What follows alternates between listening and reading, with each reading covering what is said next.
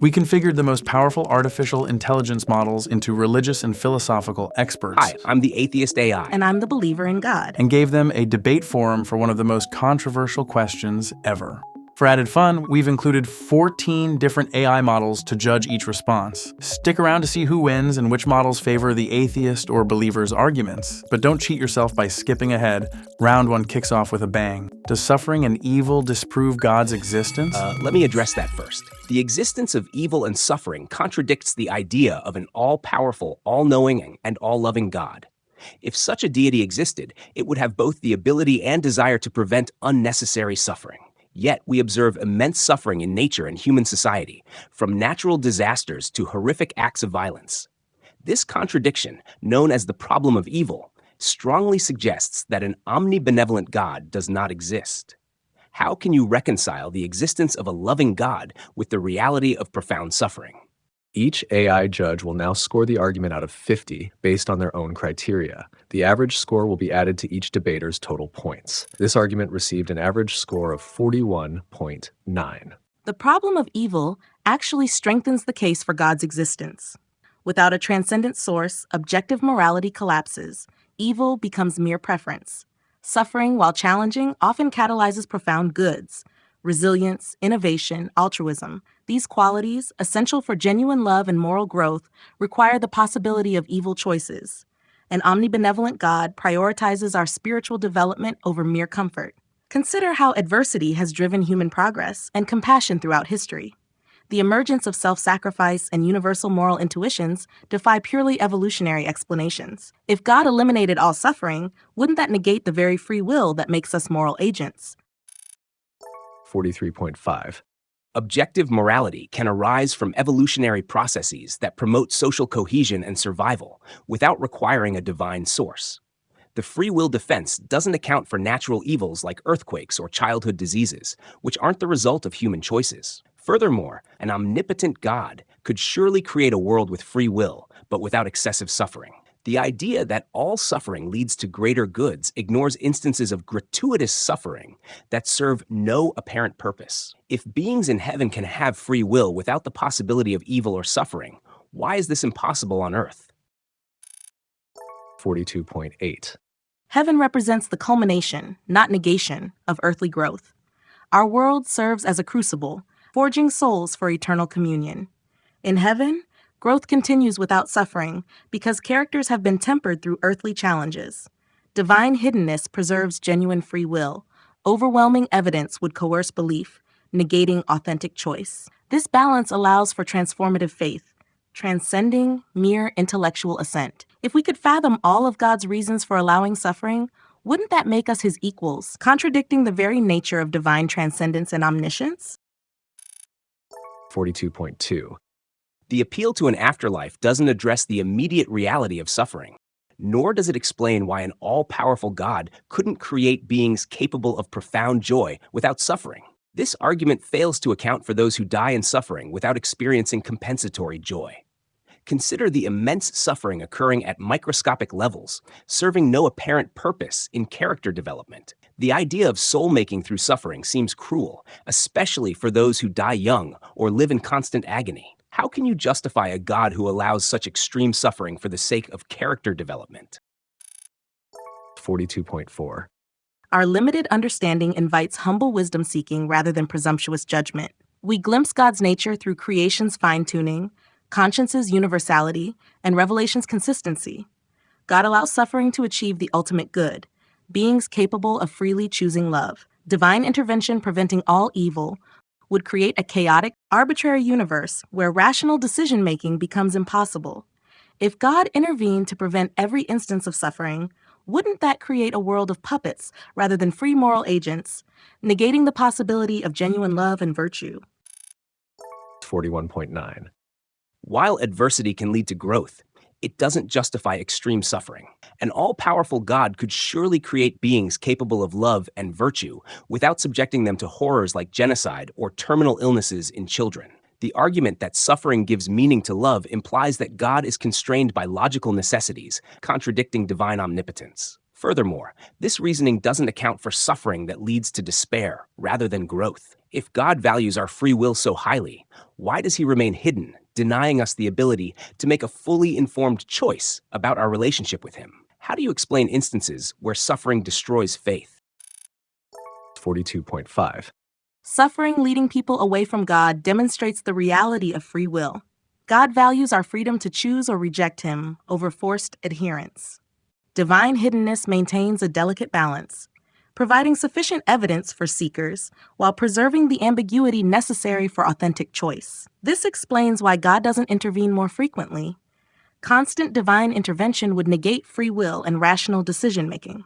Atheism struggles to explain humanity's persistent belief in objective moral truths and the sense of cosmic injustice. If there's no transcendent source of morality, how do you account for the universal human intuition that certain sufferings are not just unpleasant, but objectively wrong?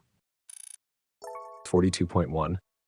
Cultural evolution and memetics explain the persistent belief that suffering is wrong without invoking a deity. The real issue is the nature and scale of suffering we observe. If God is omnipotent and omnibenevolent, why does he allow suffering that serves no apparent purpose and is disproportionate to any conceivable benefit? The argument that God's hiddenness preserves free will is unconvincing. An all-knowing God would surely be aware of less traumatic ways to allow free will without causing such extreme suffering. Furthermore, the idea that faith is more valuable than clear knowledge seems to prioritize belief over truth, which is ethically questionable. How do you justify the suffering of animals who have no concept of spiritual growth? 42.9. Ecosystem interdependence and the anthropic principle suggest a finely tuned, complex design transcending chance. Apparently purposeless suffering often yields profound meaning when viewed in a larger context, as illustrated in Job. The concept of unjustifiable evil actually strengthens the case for God. Without a cosmic moral standard, how can we label anything as truly unjust? Moral realism aligns more coherently with theism than with evolutionary explanations alone. If there's no God, why do we have such a strong intuition that some sufferings are cosmically unjustifiable, transcending mere evolutionary or cultural conditioning? 42.3.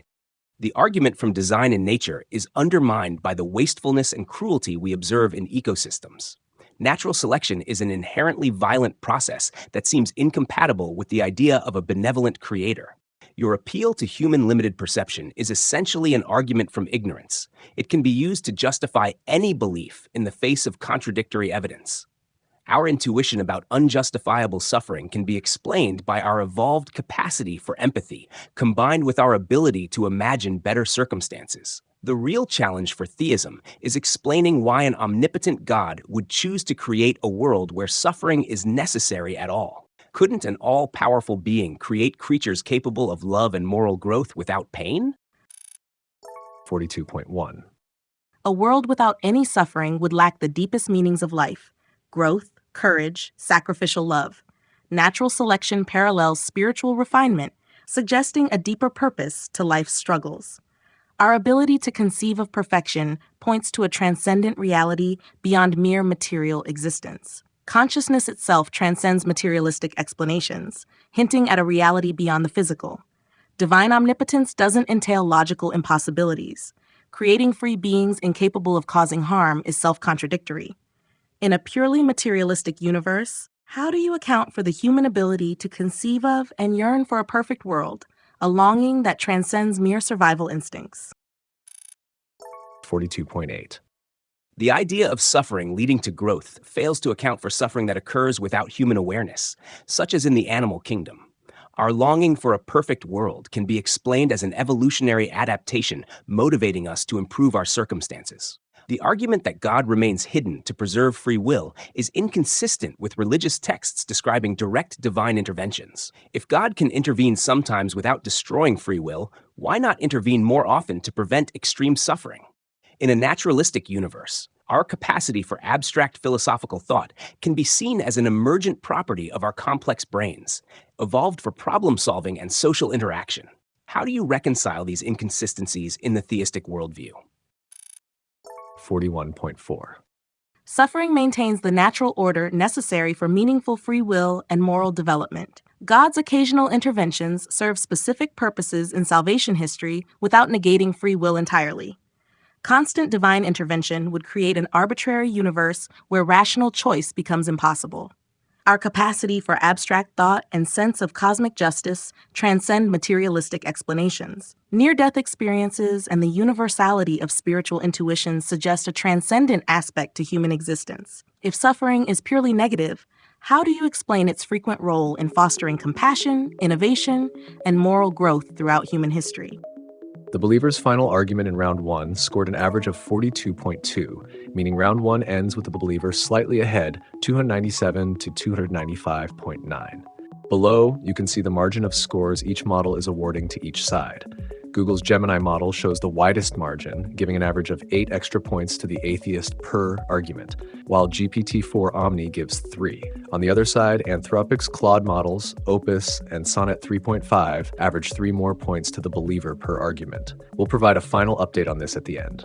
One of the biggest challenges for belief in God is explaining why there's so much suffering in nature, especially before humans existed. For example, recent discoveries show that even dinosaurs suffered from diseases like cancer. This makes it hard to explain why a good and all-powerful God would allow such a long history of pain and death in nature. I'm relieved my opponent didn't press harder on the emergence of consciousness. While we touched on morality, the hard problem of consciousness is equally challenging for naturalism. I'm glad they didn't ask how subjective experiences arise from physical processes. Now back to the debate. In round 2, it's the believer's chance to select the topic. She selected the argument from contingency. Imagine a cosmic domino chain stretching across the universe. Each domino falls because the previous one knocked it over. But what started this grand cosmic cascade? This is the essence of the contingency argument. Everything we observe depends on something else for its existence. Your coffee mug exists because someone crafted it. The craftsperson exists because of their parents, and so on. This chain of dependency can't stretch infinitely.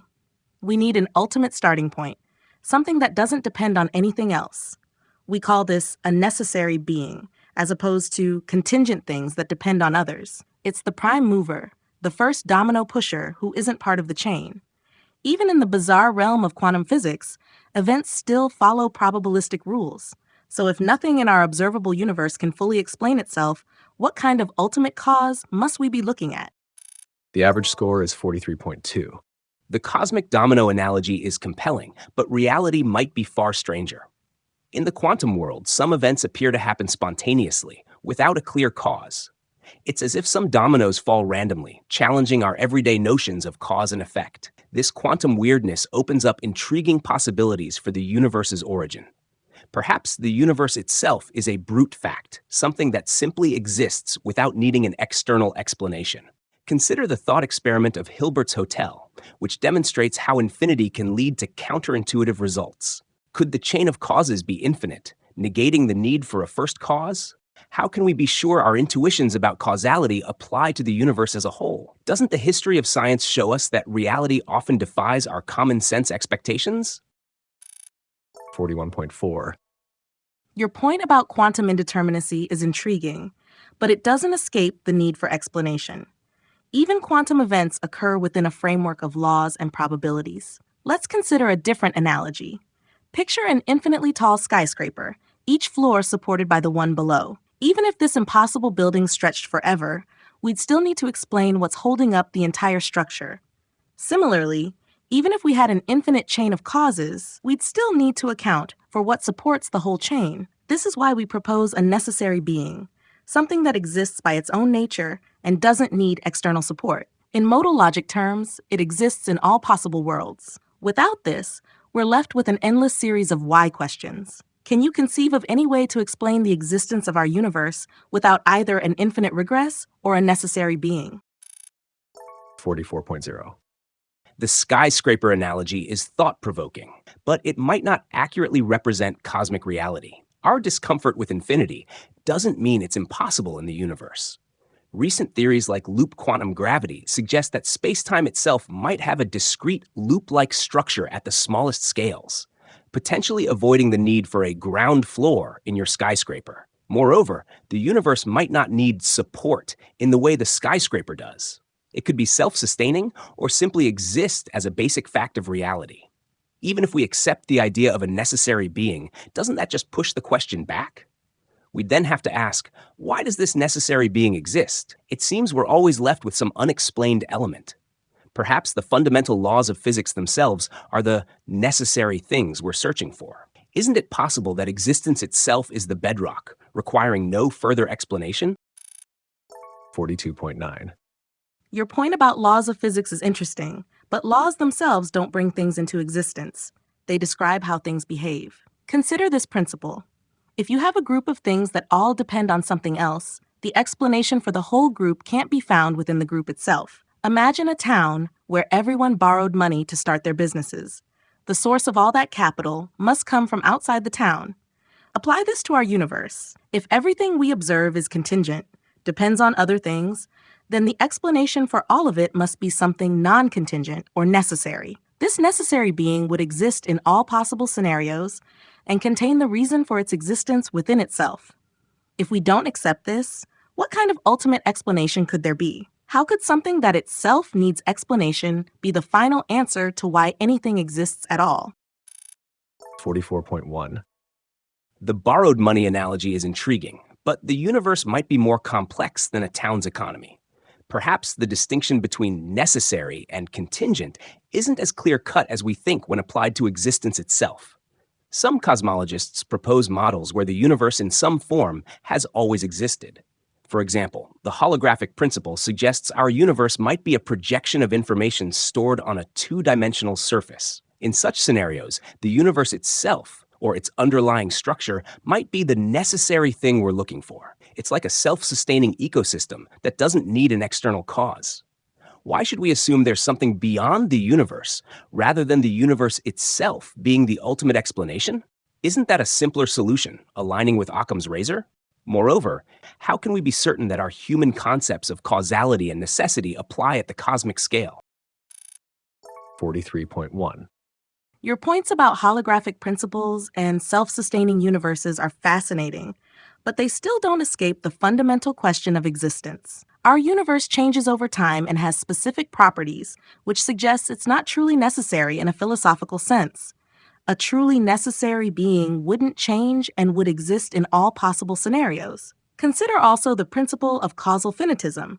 Every chain of causes must have a beginning. It's like a movie reel.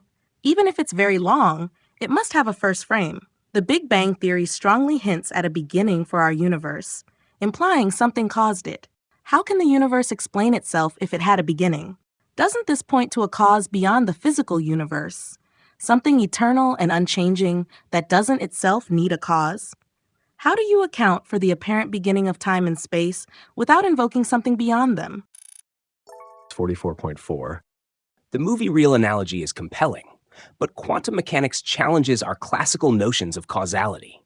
Consider the delayed choice quantum eraser experiment, where the effect seems to precede the cause. It's like being able to change the first frame of the movie by altering the last one. The Big Bang Theory describes the universe's expansion, but it doesn't necessarily mean an absolute beginning. Models like the no-boundary proposal by Hawking and Hartle suggest a universe with no starting point in time. Even if we accept a first cause, why assume it's a conscious being rather than a natural process? Maybe the quantum vacuum itself is the uncaused cause. Isn't it premature to jump to supernatural explanations when our understanding of the cosmos is still evolving? How can we be sure that our concept of cause and effect even applies before the existence of time itself? 43.8. Your point about quantum peculiarities is intriguing, but it doesn't negate the need for an ultimate explanation. The notion of an uncaused first cause aligns perfectly with the concept of a necessary being. Imagine this being as existing outside of time and space, like an author to a story. Just as an author isn't bound by the rules of their fictional world, this necessary being wouldn't be limited by physical laws. The universe's apparent beginning, suggested by the Big Bang and the increasing entropy of the universe, points to a cause beyond itself. A timeless, spaceless, and immaterial cause fits the description of the necessary being we're proposing. If the universe had a beginning, what could have caused it other than something beyond nature? Moreover, how do we account for the fine-tuning of cosmic constants that allow for life without invoking a purposeful creator? Doesn't the anthropic principle merely push this question back to the multiverse level? 43.5. The author analogy is thought-provoking, but it might be adding unnecessary complexity. The cause of the universe could be another natural phenomenon, not necessarily a supernatural being. Think of our universe as a bubble in a vast effervescent cosmic ocean. Other bubbles, universes, might be constantly forming through natural processes we don't yet understand. Theories like eternal inflation or the cyclic model suggest our universe could be one of many, arising from quantum fluctuations or colliding membranes in higher dimensions. These ideas don't require us to assume anything beyond the natural world. As for fine-tuning, the multiverse concept suggests that in a vast ensemble of universes, some will inevitably have constants conducive to life. We simply find ourselves in one such universe. This is not just pushing the question back. It's providing a naturalistic explanation for apparent fine-tuning. Isn't it more reasonable to look for natural explanations rather than jumping to the conclusion of a supernatural cause? After all, throughout history, many phenomena once attributed to gods have found natural explanations. 43.9. Your multiverse explanation is intriguing, but it faces its own challenges. Natural explanations are excellent for understanding phenomena within the universe, but they hit a fundamental wall when we ask about the existence of nature itself. It's like trying to explain the rules of chess using only the movements of the pieces. You need to step outside the game to understand its origin. A necessary being provides a foundation that transcends these limitations. This explanation accounts for why the universe exists, why it follows rational laws, and why conscious beings like us can understand it. Multiverse theories just push the question back. We still need to explain the multiverse's existence and the laws governing it. Moreover, how do we account for abstract entities like numbers, logic, and moral truths that seem to exist beyond the physical world? Don't these point to a reality beyond nature? Can a purely materialistic worldview adequately explain the existence of consciousness and our ability to grasp abstract concepts? 44.6. While a necessary being might seem to offer a complete explanation, it actually introduces more questions than it answers. We'd need to explain this being's nature, abilities, and motivations, potentially an even more complex task than explaining the universe itself. Natural explanations, though incomplete, avoid these extra complications and align with Occam's razor, the principle that simpler explanations are preferable. Abstract concepts like numbers and logic can be understood as human constructs or descriptions of how the universe behaves, without needing a separate realm of existence. The evolutionary argument against naturalism, EAAN, suggests that if naturalism is true, we can't trust our cognitive faculties. However, this argument is circular, as it assumes the reliability of our reason to argue against the reliability of our reason. Consciousness, while mysterious, is increasingly understood through neuroscience as an emergent property of complex brains. Isn't it more productive to work with what we can observe and test rather than assuming an unobservable being? 42.8. The idea of a necessary being offers the most comprehensive and logically coherent explanation for our universe's existence. It solves the problem of infinite regress, the endless chain of why questions.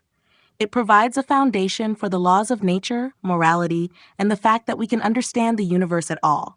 This being accounts for the fine-tuning we observe in cosmic constants and explains how consciousness could emerge in a way that purely physical explanations struggle with. It's like having a master key that unlocks multiple doors, rather than a separate key for each.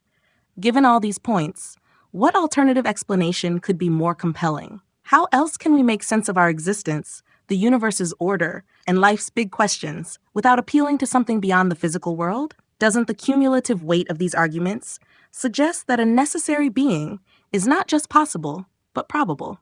As we stand in awe of the cosmos, isn't it reasonable to conclude that there's a grand cosmic mind behind it all? This is the highest score of the debate, 45.6. While the idea of a necessary being might seem appealing, it's crucial to remember that "I don't know" is often a better answer than assuming a supernatural cause. Throughout history, gaps in our knowledge have been filled with gods, only to be later explained by natural processes. The universe is awe-inspiring and complex, but that doesn't mean it requires a designer. Natural explanations, though incomplete, have consistently increased our understanding. They're based on evidence we can observe and test, Multiverse theories and quantum mechanics offer intriguing possibilities for the universe's origin without invoking the supernatural. Isn't it more reasonable to continue exploring and expanding our scientific understanding rather than settling for a God of the Gaps explanation? After all, the beauty of science is its ability to admit uncertainty and keep searching for answers. By embracing this approach, we open ourselves to the wonder of discovery and the possibility of understanding the cosmos in ways we can't yet imagine. The atheist's final argument scores a 45.1, marking his highest score of the debate. However, this leaves him just over 7 points shy of the believer, who wins the debate with a total score of 606.4 to 598.8. I will hear more from them shortly, but first, let's take a final look at the scoring margins. Including both rounds, Google's Gemini remains the most generous model towards the atheist, awarding 5 points more on average. Meta's Llama 3 favors the believer by a margin of 4 points, while Claude averages a 2-point advantage for the believer. GPT-4 Omni ended up neutral, scoring a 0. Reflecting on round 2, I wish I'd expanded on emergent complexity using Conway's Game of Life as an example. This cellular automaton shows how complex, seemingly designed structures can arise from simple rules without a guiding intelligence. This could have more effectively challenged the idea that complexity necessarily implies a designer. I should have delved deeper into cosmic fine-tuning, particularly the cosmological constant's precision. Its calibration to 1 part in 10 to the power of 120 suggests purposeful design rather than chance. By exploring the mathematical improbability of our life-permitting universe, I could have strengthened the case for an intelligent cause behind reality. We hope you found this debate as captivating as we did. Subscribe for more engaging discussions and stay tuned for our latest content. Thanks for watching.